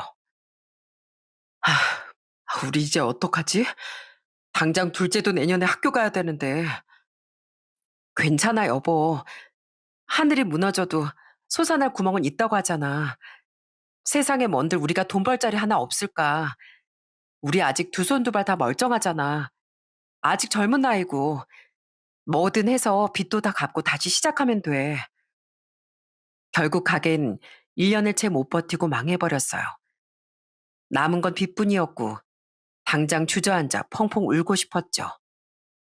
그래도 저와 남편만 바라보고 있는 애들을 보면 마냥 좌절해 있을 수만은 없더라고요. 시부모님과 친정엄마 그리고 시동생은 우릴 도와주고 싶어 했지만 역시나 우린 조용히 거절했어요. 양가의 노후 자금 또한 그렇게 여유롭지 않은 걸 알고 있는데 어떻게 손을 벌릴 수 있었겠어요? 그리고 오래도록 결혼하지 못했던 시동생이 당시 만나는 여자가 있는 걸 알고 있었기에 형 내외로서 동생의 결혼 자금에 손을 대고 싶지도 않았고요. 친정 오빠는 형편이 좋은 편은 아니었고 또 엄마까지 모시고 있는 상황이라 우릴 도와줄 수 없어 미안해했죠. 마지막으로 시누이 또한 시동생보다 먼저 결혼한 후 빠듯하게 살고 있었기에 괜히 우리에게 미안해하더라고요. 빚이야 있다지만 둘이 다시 직장만 구해 맞벌이라면 여짜저짜 갚아나갈 수 있는 금액이었기에 우린 우리 힘으로 위기를 헤쳐나가려고 했습니다. 문제는 우리 둘 다 취업이 잘 되지 않았다는 거예요. 당시 우리 둘 다 40대 중반을 넘긴 나이였고 시국 때문에 일자리를 찾는 것 자체가 쉽지 않았거든요. 그래도 찾으려니 어떻게든 또 일자리가 생기더군요. 남편은 지인의 소개로 급한 대로 공사 현장 일을 시작했습니다. 그리고 다행히도 저 또한 한 병원에서 청소 일을 하게 됐죠. 청소부로 일할 생각은 한 번도 해본 적이 없었지만 당장 제가 가릴 게 뭐가 있겠습니까? 아이들을 먹여 살리고 빚을 갚으려면 뭐라도 해야 했어요. 게다가 생각보다 좋은 급여를 받을 수 있었기에 저는 만족하며 열심히 청소를 하기 시작했죠. 안녕하세요, 형선 씨. 오늘도 수고가 많으세요. 좋은 아침이에요, 실장님. 근데 무슨 좋은 일 있으세요? 얼굴이 오늘따라 더 좋아 보이세요. 사실 저희 남편이 어제 승진 소식을 들었거든요. 다행히 병원 사람들 모두 좋은 분들이라 전 매일을 기분 좋게 출근할 수 있었답니다. 남편도 생각보다 현장직 일이 잘 맞았던 건지 쭉 그 일을 해도 될 것 같다고 말했었죠. 그렇게 우린 희망을 잃지 않고 열심히 빚을 갚으며 인생의 새로운 국면을 맞이했어요. 한편 저와 남편이 망한 뒤 새 출발을 하게 된 이듬해 시동생은 43세 나이로 부장을 달았습니다. 축하해요, 도련님. 대기업 부장이라니 너무 멋진데요? 감사해요, 형수님. 그리고 저 사실 축하받을 일이 하나 더 있는데요. 저 이제 부장도 달았겠다. 결혼하려고요. 그리고 시동생은 부장을 달자마자 전에 만나고 있었던 그 여자와 곧장 결혼식을 올렸어요. 시동생도 노총각이라고 불릴 나이였고 동서의 나이도 41로 결혼 정년기가 좀 지났기에 두 사람 모두 결혼을 좀 서둘렀다고 하더라고요. 시부모님은 드디어 노총각 아들 녀석을 탈출시켰다며 경사라고 말씀하셨고요. 난 의사들 정말 대단하다고 생각해. 똑똑하지, 사명감 있지, 사람들 생명 살려주지. 정말 숭고한 직업이잖아. 동서는 페이닥터로 일하고 있던 의사였습니다. 서로 능력 있는 사람끼리 잘 만났던 거죠. 동선 처음 결혼했을 땐 그냥 무난하고 평범한 사람처럼 보였는데요. 결혼 초에 저와 남편의 직업을 묻더니 표정이 좀 안 좋아지더라고요. 그렇게 말해주셔서 감사해요. 근데 형님하고 아주버님은 무슨 일 하세요? 전 공사장에서 일하고 있어요, 재수 씨. 아, 난 병원에서 청소하고 있어. 원래 우리 둘이 같이 고깃집을 했었는데 시국 때문에 크게 망했었거든. 병원분들도 다 좋은 분들이라 직장 환경이 정말 좋아. 네? 막노동의 청소부요? 헐, 제 남편은 대기업 부장인데 가족 중에 그런 직업 가진 사람들이 있을 줄은 몰랐네요. 순식간에 분위기가 어색해지더군요. 딱 듣기에도 동서가 저와 남편을 무시하고 있다는 게 느껴졌거든요. 사람이 이렇게 말을 생각 없이 하나 싶긴 했는데 전 우선 대충 굳어버린 분위기를 풀어보려고 했습니다. 그런 직업이라니 아다르고 어다르다고 말이 좀 그렇다. 모든 직업은 다 똑같이 세상에 필요한 직업인데 우리 나름대로 돈도 적당히 벌고 만족하고 있어. 뭐 물론 의사만큼 사명감을 가지고까지 일하고 있진 않지만 말이야. 에이, 아이 어떻게 직업이 다 똑같아요. 그래도 급이라는 게 있는데. 동서, 내가 방금 좋게 웃으면서 말했잖아. 근데 사람 면전에 대고 급이라니. 말은 좀 가려서 할 줄 알아야지. 하지만 더 무례해진 동서의 말에 저도 정색을 하고 단호하게 대꾸했어요. 이런 걸 그냥 웃어 넘겨줬다간 다음엔 더 큰 무례를 저지를 테니 아닌 건 또 아니라고 말했던 거죠.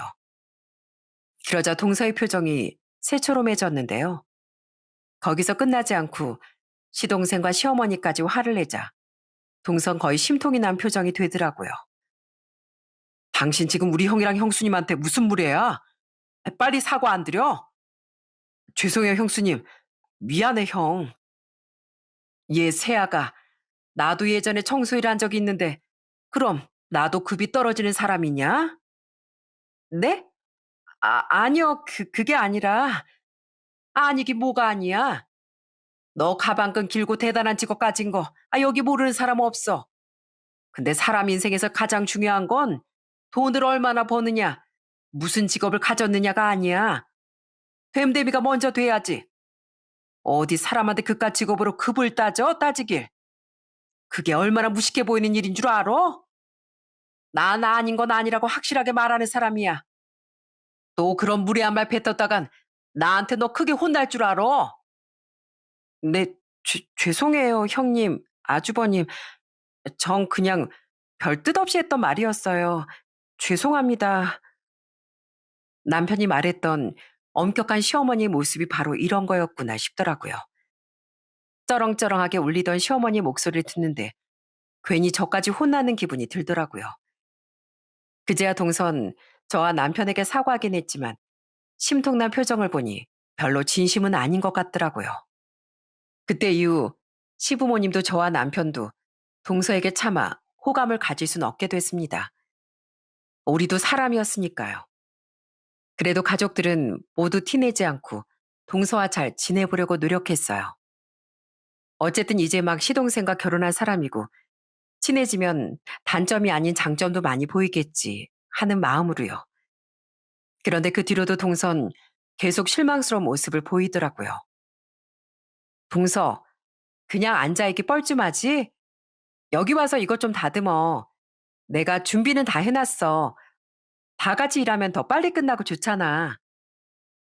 처음엔 가족들 모두 안 그래도 낯설고 어색한 동설 위에 일부러 뭘 시키진 않았습니다. 그래도 가족들이 모두 분주해 보이면 괜히 뭐라도 도와야 할 것 같은 게 사람 마음 아닌가요? 그런데 동서는 시댁에 올 때마다 심지어 명절에도 손도 까딱 안 하려고 하더라고요. 저는 시부모님도 분주히 움직이시는 마당에 앉아서 손톱만 들여다보고 있는 동서에게 좋게 일을 나눠주려고 했습니다. 그런데 동서는 뚱한 표정으로 이렇게 말하더군요. 전 명절에도 손 하나 까딱 해본 적 없어요. 저희 부모님이 귀한 외동딸이라고 아무것도 안 시키셨거든요. 그래서 저 할 줄 아는 것도 없어요. 뭐라고? 아니, 동서가 손님도 아니고 이건 가족 행사인데 하기 싫다고 그냥 그러고 있겠다고? 다 차려주는 밥상 얻어먹기만 하고? 그럼 하기 싫어도 꾹 참고 일하고 있는 다른 가족들은 뭐가 돼? 잘 모르면 알려줄 테니까 얼른 와. 아, 싫은데. 기가 막혀서 입을 떡 벌렸습니다. 저렇게 일하기 싫다고 대놓고 말하는 사람은 처음 봤거든요. 시어머니도 기가 막혀하며 또 한마디 하려고 다가오셨죠. 이해. 어떻게 사람이 좋은 것만 하고 사니? 그동안 내가 시짜짓 한다는 소리 들을까봐 꾹 참고 가만히 있었더만 너도 이제 우리 가족인데 협동심이라는 게 있어야지. 큰애는 뭐 귀한 딸 아니라서 여기서 일손 돕고 있겠니? 어지간한 준비님이 나랑 네 시애비가 다 해놨으니까 나머지만 좀 같이 하자는데 어떻게 하루 종일 넌 거기 엉덩이 붙이고 가만히 앉아만 있어? 할 줄 모르면 배우면 되지. 너 똑똑하다며? 아니야? 시어머니 부르릉에 동서는 또 똥 씹은 표정이 되어 주방으로 다가오더군요. 그렇게 하는 수 없이 돕긴 돕는데 하기 싫은 티를 팍팍 내며 깨작깨작거리더라고요. 시동생은 동서에게 적당히 좀 하라며 가족들에게 미안해서 어쩔 줄을 몰랐죠. 당연히 가족들 모두 동서를 좋아할래야 좋아할 수가 없었죠. 그 착한 시동생이 어쩌다 이런 여자를 골라 결혼한 건가 싶더라고요. 그런데 시동생이 결혼한 지 1년쯤 지났던 어느 날, 시동생이 웬일로 술에 취해 저희 집에 찾아왔더라고요. 깜짝 놀라 우선 물을 한 잔 떠다 주니 시동생은 물을 벌컥벌컥 마시곤 돌연 하소연을 시작하더군요. 형, 나 진짜 결혼 잘못한 것 같아. 형수님, 저 너무 힘들어요. 두 사람 다 저랑 집사람 결혼 생활이 순탄치 않을 거라고 예상은 하고 있겠죠? 근데 생각보다 더 엉망이에요. 들어보니 정말 시동생이 힘들겠다 싶더라고요. 동성 결혼한 후 단 한 번도 집에서 밥을 차리고 청소를 하는 등 집안일을 한 적이 없다고 해요. 심지어 시동생의 장인 장모조차 귀하게 키운 자신들의 외동딸을 고생시키지 말고 시동생 혼자 수고 좀 해달라는 말을 했다고 하더라고요. 매일 밥 해주는 거? 맞벌인데 그런 거 애초에 바란 적도 없어요. 그냥 서로 힘드니까 사이좋게 나눠 사길 바랬는데 이럴 바엔 제가 왜 결혼을 했나 싶어요. 결혼 전엔 밖에서만 만났으니까 이런 문제가 생길 거라고 생각도 못 했거든요. 좀 귀하게 자란 줄로 알았지. 이렇게 이기적인 사람인 줄은 정말 몰랐다니까요. 성격도 순수한 줄 알았는데 막상 결혼해서 보니까 이기적이고 무리하기 짝이 없고 왜 결혼 전에 이런 걸 아무것도 몰랐을까요? 제가 너무 일만 하고 살았나 봐요. 여자 보는 눈이 형편없었던 것 같아요. 심지어 동선 청소기 한 번을 자기 손으로 안 돌리고 옷도 아무데나 막 벗어둔다고 하더군요. 시동생은 이젠 질려버려서 자신도 자포자기해서 밥도 다 사먹고 집안일도 손에서 놨다고 말했죠. 그렇다고 결혼한 지 1년 만에 갈라선다고 하면 어머니 아버지가 얼마나 속상해 하시겠어요? 그래서 어떻게든 잘 살아보려고 설득도 노력도 다 해봤는데 집사람은 개선의 여지가 전혀 없는 것 같아요. 아, 진짜 타임머신이라도 있다면 제발 시간을 돌리고 싶네요. 죄송해요, 형수님. 혼자 끌어안고 참아보려고 했는데 제가 술에 너무 취했나 봐요. 오직 힘들었으면 술을 마시고 저희 집까지 찾아왔겠습니까? 시동생이 하도 서글프게 흐느끼길래 우린 조언도 제대로 못 해주고 시동생을 달래기 바빴어요. 그렇게 실컷 울분을 토한 시동생은 늦은 밤에 찾아와 미안하다며 잡을 새도 없이 돌아가 버렸고요. 우리가 도와줄 일 없냐고 하니 자기 일이니 자기가 알아서 잘 해결하겠다는 말을 하면서요. 제가 벌인 일이니까 어떻게든 잘 해볼게요. 죄송합니다, 형수님. 그리고 형 미안했어. 그런데 시동생이 몰랐던 일이 있었습니다. 그날 저희 집엔 손주들을 보러 시부모님이 놀러와 계셨다는 사실을요. 두 분은 일찍 방에서 잠을 청하셨는데 난데없이 들이닥쳤다가 하소연만 하고 돌아간 시동생의 목소리에 잠에서 깨셨다고 하더라고요. 우리가 시부모님이 와 계신다는 말을 할 새도 없이 시동생이 울기만 하다 돌아가 버려 미처 말을 못했던 거죠. 시댁에 와서도 그렇게 철딱서니 없게 구내니 집에선 얼마나 더 할까 우려하긴 했었다. 그래도 이건 너무 심하잖아. 아휴, 속상해서 정말. 그래도 다 자업자득 아니냐. 자기가 새아가 걔 실체를 제대로 모르고 결혼한 거니까. 그럼 나라도 사람 보는 눈이 있었어야 했는데 나도 뭐에 홀렸었나 보다. 시아버지는 엄청 속상해하셨고 시어머니는 크게 분노하셨습니다. 그렇다고 다 큰 아들 부부 일에 부모가 끼어들어 왈가왈부하는 것도 우스운 일이라며 동서에게 전화라거나 하진 않으셨지만요. 그런데 그로부터 며칠 뒤 제 일상에 깜짝 놀랄 일이 생기더군요. 어? 동서? 어머, 형님. 형님이 일하신다는 병원이 여기였어요? 어. 근데 동서는 왜 여길... 저 이직했어요. 오늘부터 저 여기로 출근해요. 근데 세상 정말 좁네요. 여기서 형님을 다 마주치고. 바로 제가 일하던 병원에서 동서와 딱 마주쳤던 겁니다. 동서에 대한 감정이 좋은 상태는 아니었지만 그래도 가족을 일터에서 만나니 신기하긴 했습니다. 마찬가지로 놀란 동선 우선 반갑다는 듯 인사를 하긴 했는데 잠시 주위를 두리번거리더니 이런 말을 하더라고요. 형님, 이런 데서 뵈니까 신기하긴 한데요. 앞으로 사람들이 있을 땐 저 아는 척은 안 해주셨으면 좋겠어요. 그냥 괜히 사람들이 우리가 가족인 걸 알면 불편할 수도 있잖아요. 둘이 있을 땐 괜찮지만 부탁 좀 드릴게요. 좀 기분이 상했습니다. 과거 청소부라는 제 직업을 무시했던 사람이었으니 내가 창피하구나 싶었던 거죠. 괜히 거기다 대고 불쾌하네 뭐네 하는 것도 번거로워 전 떨떠름한 표정으로 대충 넘어갔어요. 그날 집에 가서 남편에게 동서를 만났다고 말해주니 남편도 인상을 구기며 투덜대더군요. 진짜 마음에 안 드는 여자야. 아무리 재수씨라고 해도 정말 재수똥이라니까. 당신 신경 쓰지 마. 그 뒤로 동서도 저도 사람들이 있을 때면 아는 척도 하지 않았습니다. 그래도 사람들이 없을 땐 저도 저지만 동서도 먼저 고개라도 까딱하며 제게 아는 척을 하더라고요. 윗사람으로서 그걸 무시하는 것도 유치한 것 같아 저도 동서와 둘이 있을 때만 인사 정도는 하곤 했고요. 그런데 동서가 이직한 지 일주일 뒤에 어느 날 저는 정말 당혹스러운 일을 겪게 됐어요. 그날도 전 동서와 딱 마주쳤는데요.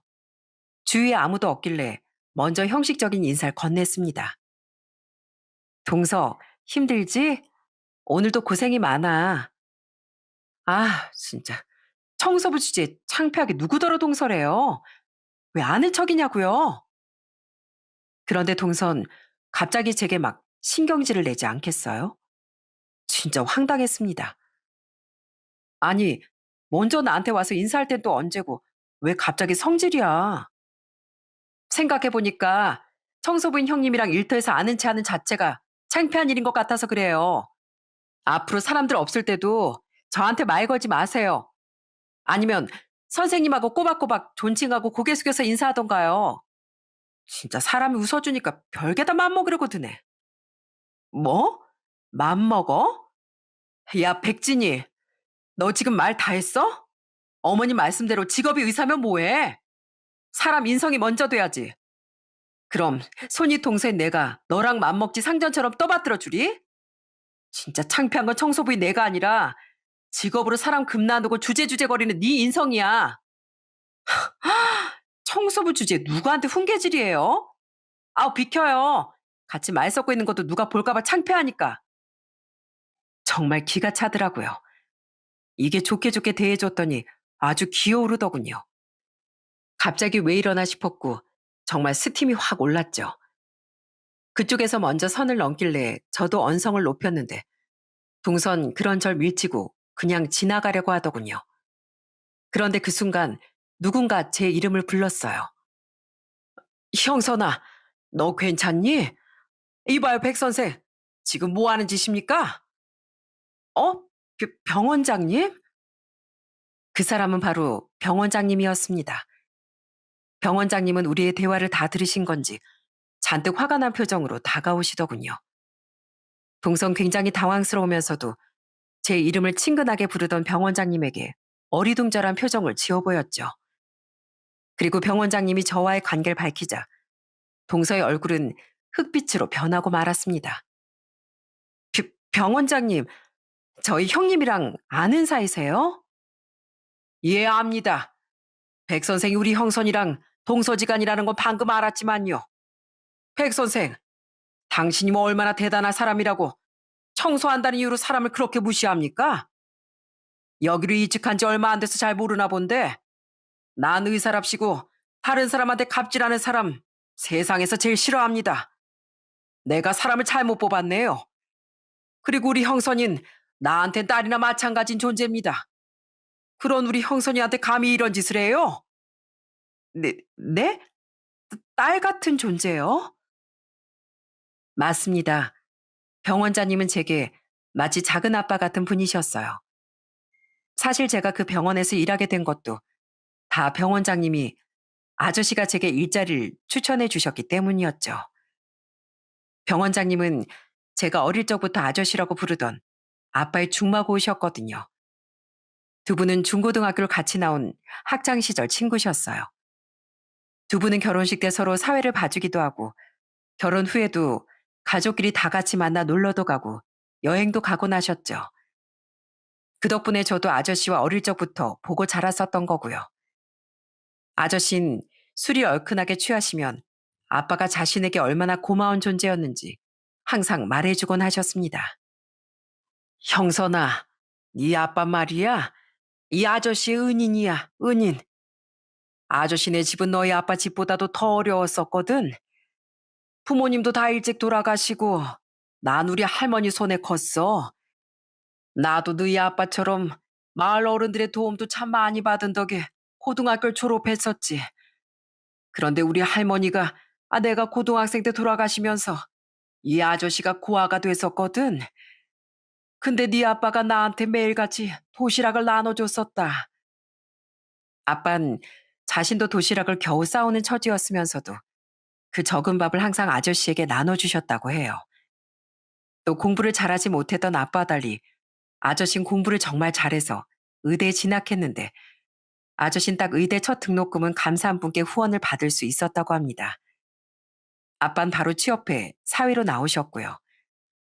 그때 아빤 공부하랴 학비 벌려 너무 힘들었던 아저씨에게 학비도 몇 번이나 빌려주셨다고 하더라고요. 이 가난했던 녀석이 돈이 있으면 얼마나 있었겠냐. 근데도 네 아빠 나한테 꼭 훌륭한 의사 되라면서 돈을 빌려줬었어. 너같이 훌륭한 의사가 많아져야 아픈 사람들이 하나라도 더 살아날 것 아니냐 하고 말이야. 정작 그런 놈이 자긴 식비 아낀다고 물만 마시면서 일했다는 걸 알았을 땐 내 너무 미안해서 피눈물이 났지. 어디 그뿐이냐? 내가 전공의 생활한다고 잠도 못 자고 거지꼴로 생활할 땐 직접 병원까지 와서 도시락까지 사다 주던 천사였어. 네 아빠가. 아유 얌마. 술 그만 마셔. 술만 마시면 그 얘기야. 나중에 너 내가 빌려준 학비 다 갚았잖아. 그리고 뭐 나만 의리 챙겼냐? 너도 나한테 잘했어. 친구끼리 그거면 됐지. 은희는. 모르는 소리 마라. 돈 있을 때야 1,000만 원도 쉽게 빌려준다지만 없을 때 나눠주는 건 정말 아무나 못하는 일이야.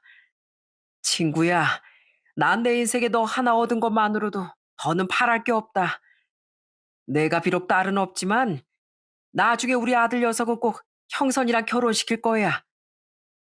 그런 두 분의 우정이 정말 보기 좋다고 생각했습니다. 아저씨는 아저씨 아들이 대학 동기와 결혼했을 땐 우리 형선이를 며느리로 못 들였다며 굉장히 아쉬워하기도 하셨죠. 그런 아저씨는 저희 아빠의 장례식 땐 세상이 무너진 듯 통곡을 하기도 하셨고요. 만배야, 이놈아, 세상에 나쁜 놈이 얼마나 많은데 왜 너 같은 놈이 이렇게 허무하게 간단 말이야? 등산도 다음 주에 나랑 같이 가자니까 이 나쁜 놈아. 나만 두고 왜 가냐? 왜 가? 그런 분이었기에 아저씨는 아빠가 돌아가신 후 엄마와 저 그리고 오빠의 안부를 더 자주 묻곤 하셨습니다. 가끔 새언니와 저희 남편과도 함께 식사를 한 적도 있는 분이었으니 정말 가족이나 마찬가지인 사이였던 거죠. 그런 아저씨는 저희 가게가 망했을 때 제게 직접 자신의 병원의 일자리도 구해주신 겁니다. 보통 이런 병원은 용역업체를 부르는 곳이 많은데 아저씨는 절 직접 고용해 도움을 주셨던 거죠. 너랑 같이 일하게 되면 아저씨도 마음이 좀 든든할 것 같구나. 가까이에서 일하면 내가 널 잘 챙겨줄 수도 있고. 근데 전 병원에서 할 수 있는 게 없는데요. 내가 어떻게 자리 하나 마련해 주마. 우리 병원에 마침 청소 인력도 필요한데 내가 월급도 잘 쳐주고 정직원을 받아줄 테니까 여기서 미아원 일 해보는 건 어떠냐. 다른 것도 좀 도와줄 일 생기면 도와주고. 아저씨는 이렇게 어떻게든 제게 자리를 마련해 주려고 노력하셨고 심지어 연봉도 넉넉하게 챙겨주셨어요. 이게 제가 생소했던 청소일을 시작하게 된 계기였죠. 그런 아저씨께 전 굳이 동서와의 관계를 이야기하진 않았었는데 딱 그날 아저씨는 동서의 못된 행동을 목격하셨던 겁니다. 대충 아저씨가 저희 아빠 친구분이었다는 걸 듣게 된 동선 입을 떡 벌리며 어쩔 줄을 몰라 했고요. 죄송합니다, 원장님. 전 형님이 원장님이랑 그런 관계일 줄도 모르고.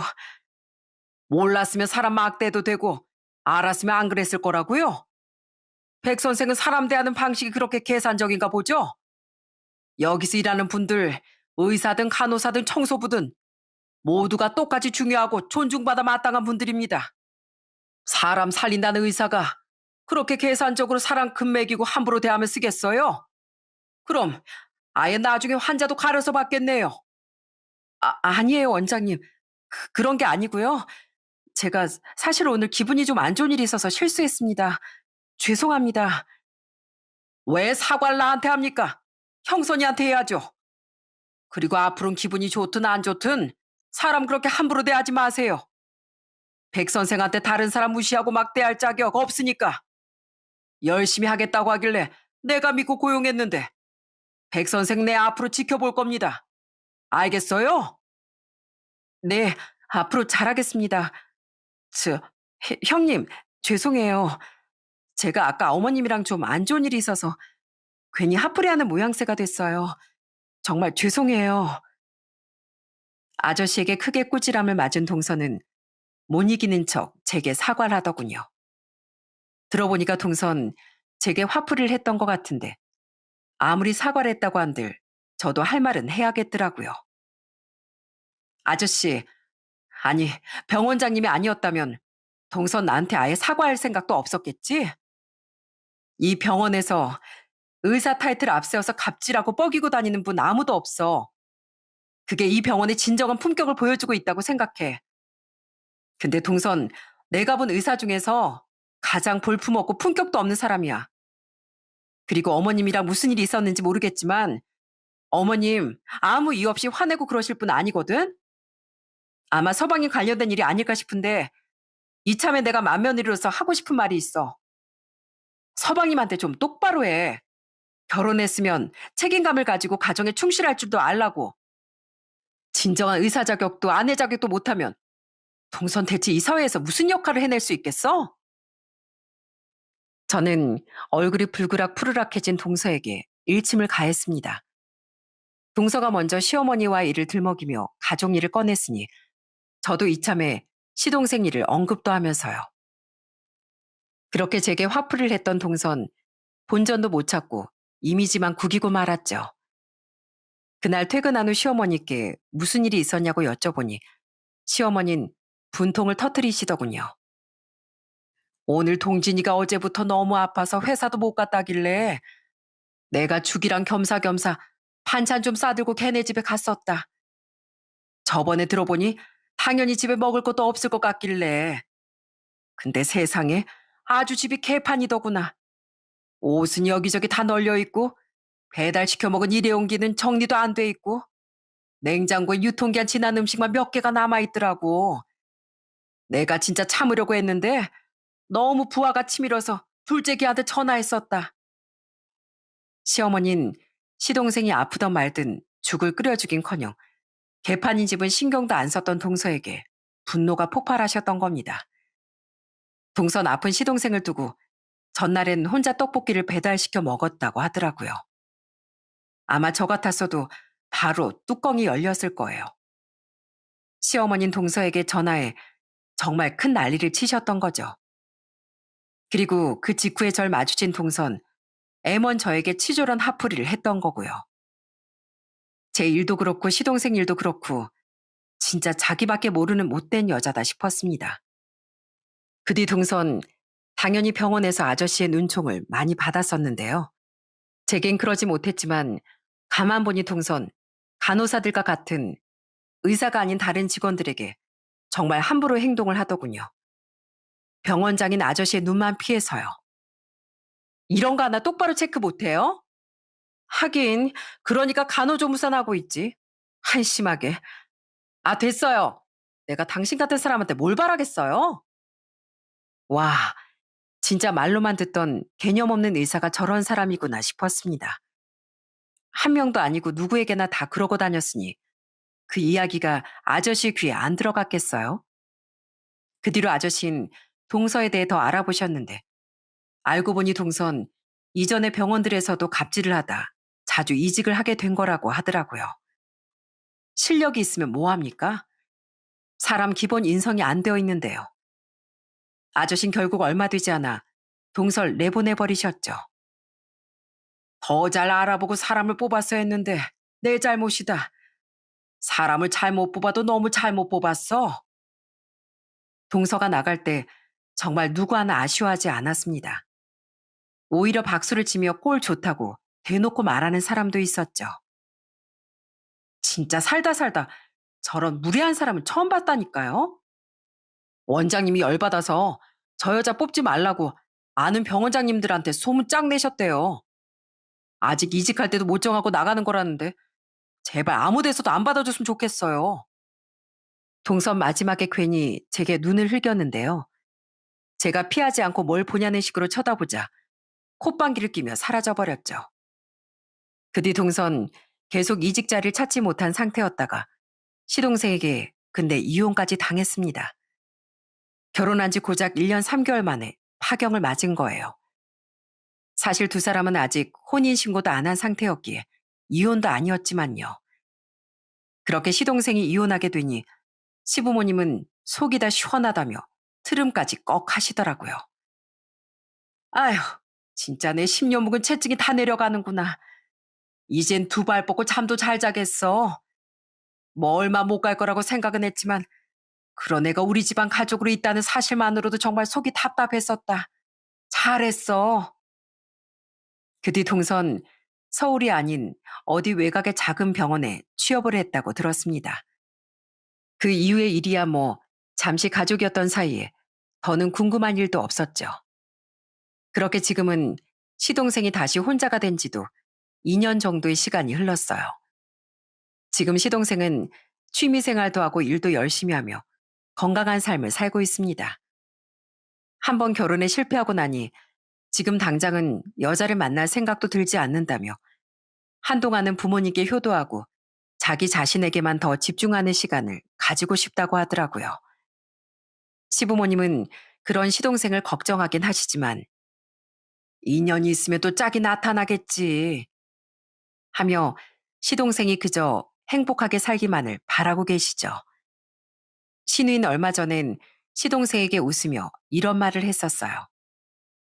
작은 오빠는 앞으로 여자 만날 땐 나랑 세연이한테 검사부터 받아. 오빠는 믿지 말고. 아빠를 잃은 뒤 좀 힘들어 하셨던 친정엄만 그래도 지금은 함께 살고 있는 오빠 세연이 그리고 우리 조카들 덕에 아주 잘 지내고 계십니다. 그래도 엄마가 쓸쓸해하지 않을까 걱정돼 저도 남편과 아이들과 함께 엄마를 자주 찾아뵙고 있어요. 하늘에서 아빠가 엄마를 조금이라도 덜 걱정하셨으면 하고 바라면서요.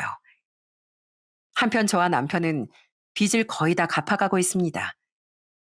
언젠가 빚을 다 갚은 날엔 아저씨 고급 식당을 예약해 저희 가족에게 파티를 열어주시겠다고 말씀하셨어요. 그런 아저씨께는 예나 지금이나 너무 감사할 따름이죠. 늘 감사하다고 말하던 제게 아저씨는 이런 말씀을 해주셨답니다. 고맙긴 이건 다 네 아빠가 나한테 베풀어준 은혜에 대한 보답일 뿐이다. 그 녀석 딸의 어려움을 외면하는 건 사람으로서 할 짓이 아니지. 그러니 형선아, 언제든지 또 어려운 일 생기면 이 아저씨한테 다 말하렴. 난 너랑 네 오빠에게 언제나 너희들 아빠 대신일 테니까. 아빠의 선행은 아저씨의 인생을 더 빛나는 길로 이끌었고, 그런 아저씨는 아빠의 자식인 제게 따뜻한 도움을 베풀어 주셨답니다. 이렇듯 선함은 더 큰 선함으로 이어지는 것 같아요. 그렇게 저 또한 남편과 함께 아이들을 잘 키우며 열심히 살다 도움이 필요한 사람을 만난다면 꼭 따뜻한 손길을 내밀어주고 싶습니다. 그런 선한 가치관이 돌아가신 아빠께서 제게 물려준 가장 큰 유산이 아닐까 싶네요. 여러분, 그 사람의 인생이 어떠하였는진 오랜 시간이 흐른 후 곁에 남은 이들을 보면 알 수 있다고 하더라고요. 비록 많은 사람이 곁에 있진 않더라도 남은 이들의 마음속에 어떤 사람으로 기억되었는가, 진심으로 마음을 나눌 수 있는 이들이 곁에 남았는가가 중요한 거라고요. 물론 모든 사람이 항상 선행을 베풀면서 이타적으로 살 수는 없겠죠. 하지만 적어도 이기적으로 자신만 생각하며 남 알긴 우습게 하는 사람들의 곁은 황량하게 그지 없을 거라는 말을 하고 싶었어요. 진짜 성공은 돈을 얼마나 벌고 좋은 직업을 가졌느냐가 아니라 내 인생을 얼마나 가치 있게 썼냐는 것임을 사연을 마무리하며 꼭 말씀드리고 싶습니다. 그럼 전 이만 여기서 사연을 마쳐보겠습니다. 제 이야기 끝까지 들어주셔서 감사드려요.